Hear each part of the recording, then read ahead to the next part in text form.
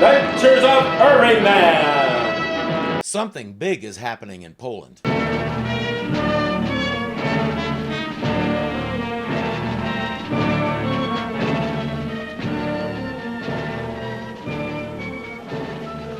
Poland was part of the Soviet Union at this time, and their regime was just as vicious as Stalin's.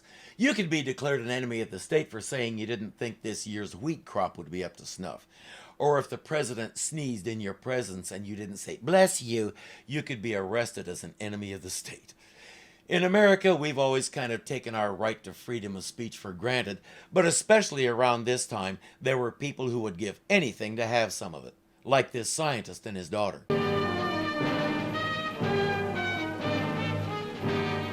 What's Alice doing here? Shouldn't she be back at Aunt Louise's lighthouse? Get up, Father. They are coming. They have dogs. They will find us here. We must get away. It's no use, Maria. You must try. Please, Father. He says, "I'm too old and I can't go any further. You have to get away by yourself." Mother's locket. Take this. Take it to America. To the President of the United States. Give it to him alone. What makes him think she can gain access to the President of the United States? Harry Truman may have been a little more open than some presidents, but a random stranger wanting to give him a locket might raise a few eyebrows. He sends her on her way and says, "Trust nobody but the President." Considering what it might take to get in to see the President, that's going to be kind of a tall order. She'll do the best she can. He says there's a formula inside the locket that can be of huge benefit to all humanity, but if the bad guys find it, all is lost and my life's work is wasted. At least he's not putting any pressure on her. We'll see the secret police whipping her father a little, but we won't see his ultimate fate. Instead, we'll follow Maria to the United States. Listen carefully. There is a man named Harold Crane in Metropolis in the United States. You will find his contact number in the secret file. Tell him I will pay him $200,000 if he secures Maleska's formula. Too bad the Polish authorities are tracking her too. It's possible they used the same montage.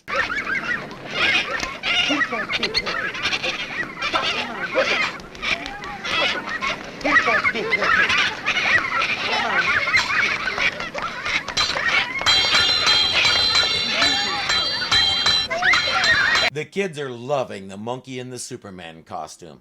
Clark and Lois come along and are equally entertained. And there's a bonus. At the end of the act, the monkey hands out fortunes. He has one for Lois. See you later. Thank you, Peppy. There you are, little fella. Thank you, lady. Thank you, mister. Good luck. Good luck. But there's something a little strange about this fortune that Pepe handed her.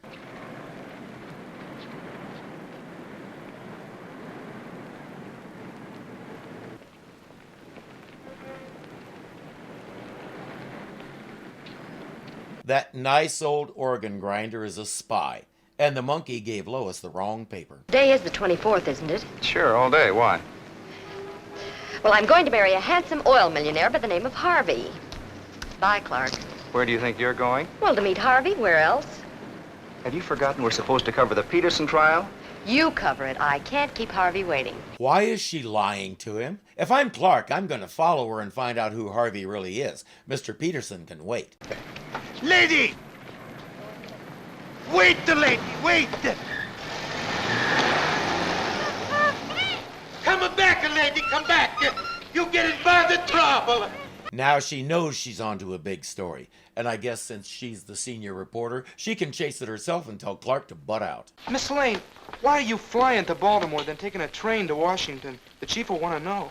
I hope to get an exclusive interview with Jan Maleska's daughter. No kidding? She's on that Washington train. Golly, according to the news clips, her dad's been killed. I know I'm following a wild tip, but it's worth a gamble. So long, Jim. Wait a minute. Where'd you get the tip? The chief's going to ask me. From a monkey. That makes as much sense as anything else she's told him, but she made a mistake. She left the monkey's note on her desk. Jim just found it. Out on the street, there's nothing much the organ grinder can do except send Pepe to his handler with a different note.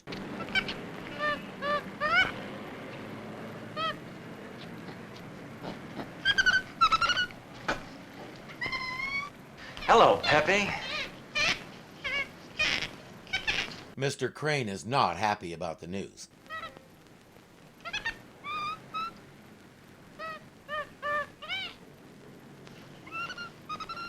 At least he managed to remember most of it, which means he read it when he probably wasn't supposed to. Crane sets Pepe to chowing down on a banana while he writes a response note. It just says, wait. If that organ grinder guy has any sense at all, he won't. He should be able to guess what that means. Hey, Max. Why is he calling my dog? Yeah? That stupid organ grinder lost a message for me about Mileska's daughter. The dumb jerk. Yeah, fortunately, he read it and remembered enough to pass it on. Say, a guy like that could be dangerous. That's what I was thinking. I could be traced through that organ grinder. He's waiting in the alley downstairs. Get rid of him. The bad guys will also be on the train, and Lois is going alone with no backup, no protection, no nothing. Well, go on. What did she tell you? Well, she said she had a tip. She said it was pretty wild, but she said... Wild, eh? But she goes off to Baltimore just the same. On the paper's money. Doesn't even bother to consult me. Great Caesar's Now, ghost. wait a minute, Chief. Lois is pretty solid. She may be a little impulsive at times. Impulsive, eh? Well, she's been impulsive around here for the last time. Has anyone ever finished a sentence while conversing with Perry White? If they have, we don't get to see it. Longtime viewers may know that being interrupted is one of my major pet peeves, and Perry is the master of it. It makes it hard for me to consider him a likable character or even one of the good guys. He gets on my nerves. And that goes for you too, Kent. From here on in, nobody goes out on a story until they've checked with me. You paste that in your hat, too. Jim says, okay, but I think I know what the tip was and where she went. I found this on her desk. What is that? Where did it come from? I told you, she got it from the monkey. Are you crazy? Golly, she said something about a monkey. I better get out there. Where? The Washington Limited. If this is on the level, it's a whale of a story. I'll see you later, Chief. Kent, come back here! Kent! Well, he did tell you where he was going. He followed the new rule. But Perry says that train is halfway to Washington. How are you going to get on it? He may not want to know. Although if he did, it'd be the story of the century. Good heavens.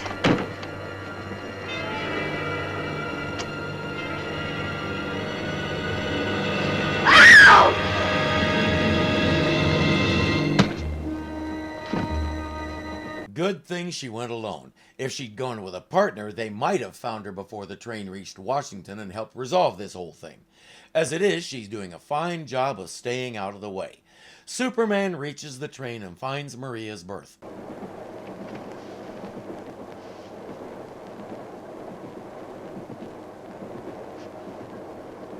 Porter, see if there's a doctor on this train and hurry. Luckily, there is a doctor in the house. Miss Lane will be all right, Superman. That's fine, Doctor. What about Miss Moleska? Well, her condition is critical. Her skull has been fractured. I'd like to find the man that did it. Will she regain consciousness? She should. There. She's coming to now. Her skull is fractured, she's much worse off than Lois, and she wakes up first. Before she loses consciousness again, she tells Superman he has to find the locket. The formula in it is our only defense. Against what? She'll only tell that to the president. Not even Superman can get it out of her. Clark reports to Perry that Superman can't find the bad guy on the train, but he'll keep looking. Jimmy comes in with a story. The organ grinder was found stabbed to death and drifting in the river. Perry says, get over to the city morgue and see what you can find out. I want to know what's going to happen to the monkey. Well, Joe got the locket. Formula? In the locket. Good, swell. Getaway okay? Duck soup. Joe's on the plane now. Ought to be here in an hour, hour and a half. Well, as soon as the organ grinder brings it... Oh, I forgot. No more organ grinder. Well, you'll have to meet Joe for the pickup then. I hate to do it. The cops know that mug of yours. How did he get off the train? It's still moving and hasn't stopped since Lois got on. That guy said it was duck soup, so maybe he jumped off the top of the train into a giant soup bowl and sledded his way to a stop. I say it could have happened that way, and the episode isn't going to tell us any different. So there.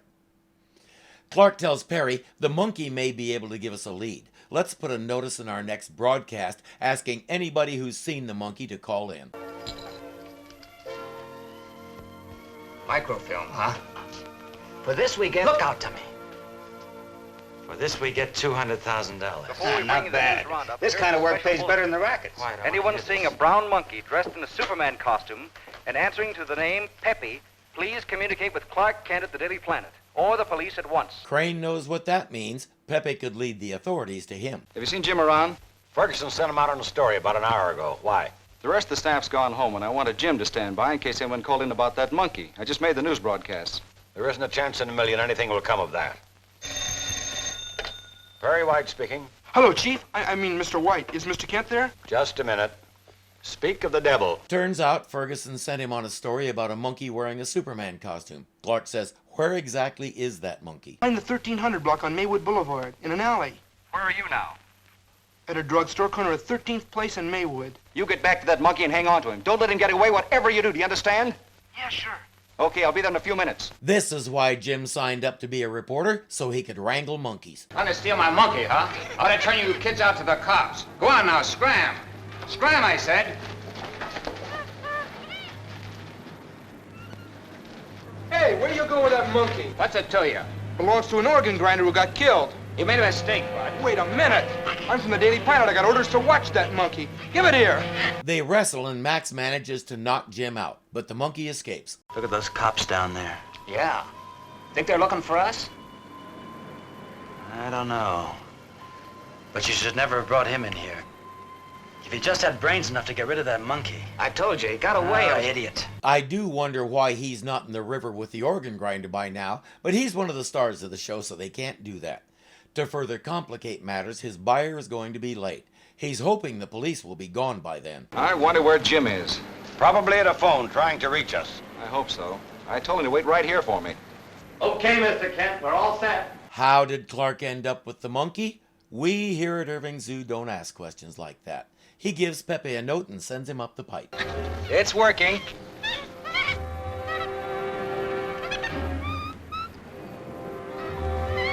Keep an eye on him. I'll be back.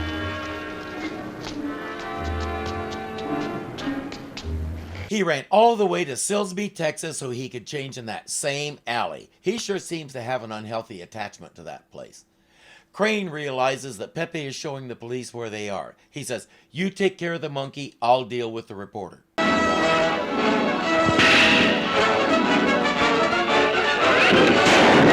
You wouldn't believe how quickly Superman can cover 2,500 miles, and shooting the monkey would just be mean.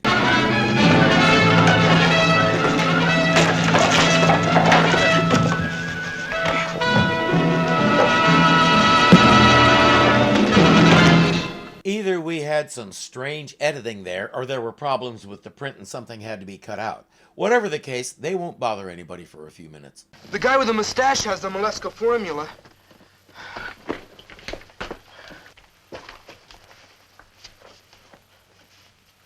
Don't tell him where the guy has it. Make him search for it. Superman says, Mr. White and the police chief are downstairs. Give the formula to them.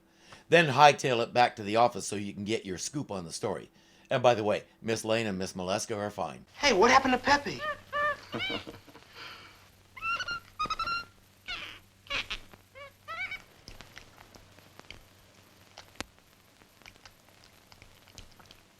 What's going to happen to him after that banana runs out? Who's going to take him in? I think Jim should, since he's the one who broke the story. Does it make me a terrible person if I find it funny how Lois lied to Clark and went off by herself to get the story, and all she got was a knock on the head while Jim got the big story? It'd be nice if she learned something from that experience, but our Lois isn't like that. She's tough, independent, a bit impulsive, as Clark said, and smart. It was a bold move having a woman like that be one of the main stars in 1952. That was the era of women staying home and tending the kids like God intended. Lois's very existence is a challenge to that doctrine. Although for Superman she might bend a little. And make no mistake, nobody but Superman is ever going to be good enough for her. He will be mine. Oh yes, he will be mine. Superman, I think you've met your match. My advice? Go for it. Until next time. Video by Harry Harrison. Audio by Morris Morrison. Wardrobe and makeup by Alice Allison. Your announcer has been Peter Peterson.